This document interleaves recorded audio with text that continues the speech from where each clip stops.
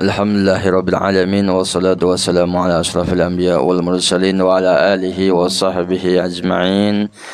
Alhamdulillah, segala puji bagi Allah Subhanahu wa taala yang senantiasa memberikan kepada kita taufik dan hidayahnya bisa menghadiri majlis malam Kamis ini. Mudah-mudahan senantiasa setiap langkah kaki kita Allah ganti dengan berlipat-lipat pahala, Allah ganti dengan ampunannya dan maghfirahnya, dan mudah-mudahan segala hajat-hajat kita Allah kabulkan, segala maksud dan tujuan kita Allah permudahkan, amin ya rabbal alamin. Hadirin jamaah rahimakumullah, alhamdulillah, malam hari ini kita belajar tentang daripada sebab-sebab bertayamum. Alhamdulillah, kita malam ini telah sampai kepada sebab-sebab bertayamum. Di sini dikatakan kata ulama, faslun asbabut tayamum salasatun. Sebab-sebab tayamum itu ada 3. Ya. Jadi seseorang bisa atau diperbolehkan tayamum karena 3 sebab ini.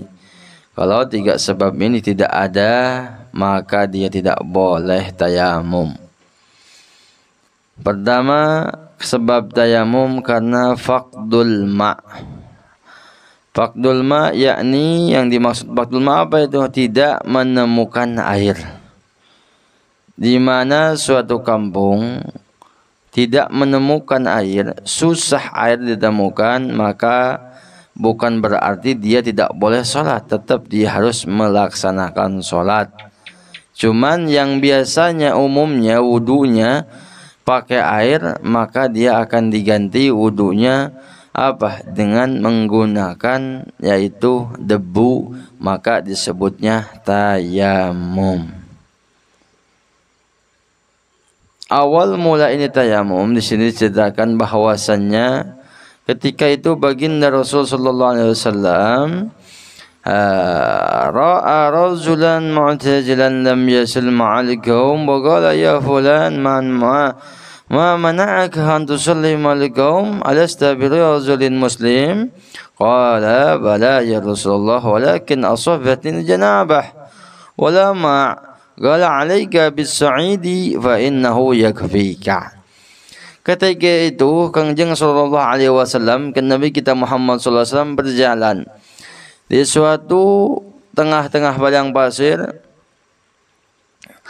perkemahan. Kangjeng Nabi sallallahu alaihi wasallam ketika dalam perjalanan ada satu kemah itu ada seseorang, orang lain salat, dia enggak salat. Akhirnya sama Rasul ditegur. Kata Rasul sallallahu alaihi wasallam, alasta birajulin muslim, apakah di kemah itu ada seorang lelaki yang muslim? Maksudnya apakah ada orang muslim?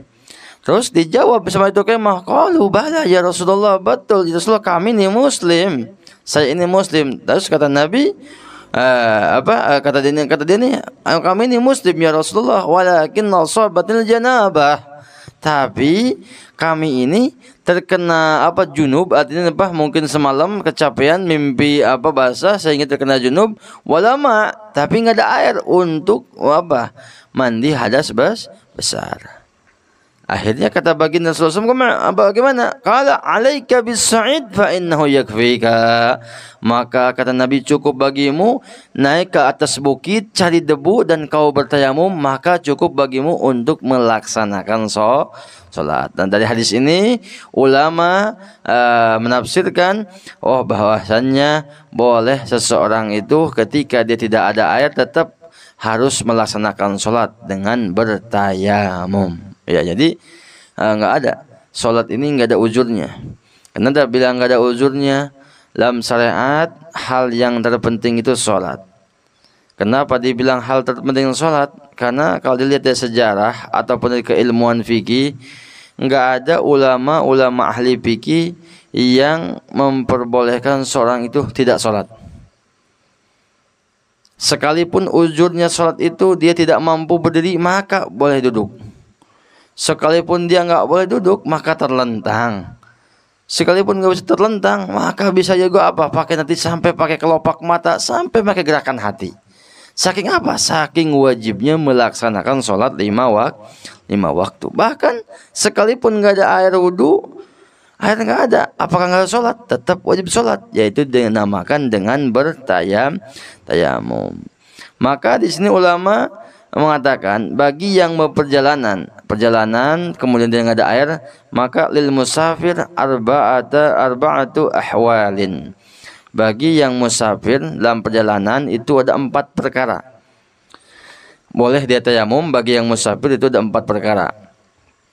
1, antayakana adamul wujudul ma haulahu. Fatayamamu wala yahtaj ila talabin. 1, ketika seseorang berperjalanan, kemudian dia yakin dalam perjalanan itu, artinya dalam tahap dia perjalanan, dia sudah mencari air, nggak ada air, yakin dia mendapatkan air, maka ketika itu dia boleh bertayamum. Misal kita perjalanan, ya nggak mungkin ya kalau ke kota, umumnya ada di kota. Misal kita umumnya di kampung itu ada air, tiba-tiba ketika kita ke situ mungkin karena musim kemarau, kayak kemarin di kampung kita, subhanallah, nggak ada hujan, susah air. Ya, nyuci aja susah, tapi alhamdulillah walaupun sesulit itu tetap untuk wudu masih bisa. Seandainya kita perjalanan ke suatu tempat yang susah air, sudah dicari kemanapun nggak ada air, maka ketika itu boleh kita melaksanakan tayamum. Bukan berarti boleh tidak melaksanakan sholat, tetap harus sholat, cuman dengan tayamum. Kemudian keadaan kedua, bagaimana seseorang yang posisi nggak ada airnya, dalam masih posisi musafir dalam perjalanan. Kedua, wujudul ma haulahu tazwijan qariban aw ba'idan fa indahu yajibu talab alaihi bila khilaf wa yushtaratu an yakuna ba'da dukhulil waqti. Nah, yang kedua, boleh seorang ini nggak ada air, tapi seorang ini posisi yang kedua dalam perjalanan, wujudul ma, ada air di sekitarnya, tapi harus dipastikan dulu air itu yang biasanya umumnya ada ataupun enggak, dipastikan dulu.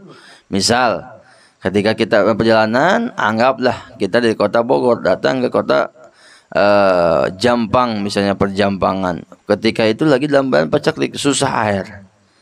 Kata orang Jampang, oh biasanya air di kampung anu nggak jauh itu ada. Maka kita wajib mencari kepada kampung yang ditunjukkan oleh warga setempat. Setelah kita pastikan itu airnya ada ataupun nggak ada. Kalau nggak ada, maka kita boleh bertayamum. Tapi harus dipastikan dulu. Jangan kata orang gitu. Dipastikan ada apa enggak itu air di situ. Setelah yakin benar di situ nggak ada air, baru kita bertayamum. Kapan waktu mencarinya? Ba'da dukhulil waqti, setelah masuknya waktu. Misalnya, zuhur nih. Pas zuhur udah kita datang ke tempat tersebut, benar. Pas dicari, ini udah airnya nggak ada. Kita kalau cari lagi nanti habis waktunya, udah waktu itu kita boleh bertayamum. Itu keadaan kedua. Pertama, yakin bahwasanya nggak ada air, maka boleh tayamum. Kedua, ada air tapi harus dipastikan dulu, artinya yang ditunjukkan oleh kampung setempat ada atau enggak. Kalau memang betul ada, maka kita sudu, tapi kalau enggak ada, maka boleh bertayamum. Nah, kemudian keadaan yang ketiga, an yatayakkana wujudul ma haulahu wa lahu sulsul maratib. Ketiga, yakin ada air, tetapi yang yakin yang ketiga ini hampir sama yang ketiga, cuman dia memiliki 3 kedudukan. Kedudukan pertama, an yakuna fi hadil qurub. Hal qurub itu wa huwal masafah allati yatadu ilaiha musafir li ihtitatan wal istisya. Wara'i wa huwa yaqrabu nisfu warsakh. Alfan wa samania wa sinina wa samanina meter. Waduh, ini ya sekitar 7 kilo ke depan. Cari, tapi setelah waktu cari ke sana nggak ada. Udah, kalau sudah cari kita nggak ada, udah itu boleh tayamum. Itu kedudukan pertama. Kedua, an yakunal ma fi hadil ba'id. Nah, ini lebih jauh lagi nih. Fala yakfil zahab ilaihi lil mustashqah al mutabarrah bidzalika bal yatayammum wa fi hal al mas'alah khilaf al mu'tamad ma zakarnahu. Kalau di hadal ba'id dia apa ada air, cuman di mana? Oh, jauh. Ada di mana? Di kota, misalnya kita tinggal di sini, ada air di kota Sukabumi, kan jauh. Nah, udah kalau begitu udah kita langsung aja bertayamum. Kemudian kedudukan yang ketiga, an yakul ma bi makanin ba'id law talabu kharujul waqt bila khilaf. Ada air tapi jauh juga ini. Dan kalau kita dipaksakan keluar jalan kaki ataupun naik motor, habis waktunya. Nah, ini pun boleh bertayamum. Jadi yang ketiga ini banyak kedudukannya. Terus kemudian yang terakhir, yang keempat, faqdul ma ini yaitu an yakunal ma hadiran lakin taqa alaihi jum'atul al-musafir yakunu bi bi'ri wa la yakun. Yang keempat ini ada air, tapi si ini air emang khusus untuk yang musafir. Seperti kalau di negara-negara Yaman ataupun Hadramaut, itu mereka dalam perjalanan itu suka nyiapin air di tengah padang pasir. Kenapa? Untuk orang yang lewat takut gak ada air disiapin, tapi air bersih untuk minum. Ya, bukan untuk wudu, untuk minum. Nah, kita dalam perjalanan seperti itu, dalam perjalanan, waduh, air nggak ada, tapi disiapin situ ada air untuk minum kebutuhan kita ataupun kebutuhan hewan-hewan yang kita pakai. Maka ketika itu nggak boleh kita menggunakan air tersebut untuk wudu, kecuali hanya untuk minum. Ketika itu boleh juga bertayamum. Jadi salatnya luar biasa ya, salat tayamum ini nggak sembarangan tayamum.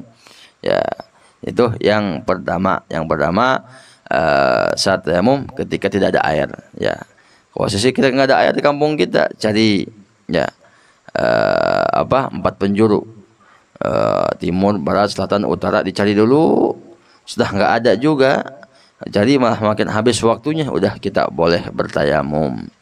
Bagi yang perjalanan tadi yakin, kemudian yang kedua adanya air, tapi di tempat yang sesuatu itu harus dipastikan dulu. Yang dibilang kata orang itu ada, ternyata ketika dicek itu nggak ada, ya udah kita boleh bertayamum.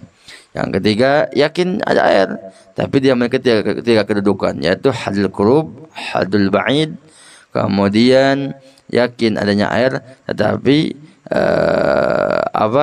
kalau dicari bakal keluar waktu. Nah, itu pun kita boleh bertayamum. Dan yang keempat, ada air, tapi ini air khusus untuk orang-orang yang lewat situ ataupun orang untuk minum, bukan untuk wudu ataupun untuk hal-hal yang lain. Maka ketika itu walaupun ada air, tetap kita harus menggunakan air tersebut untuk minum, tidak boleh digunakan untuk berwudu.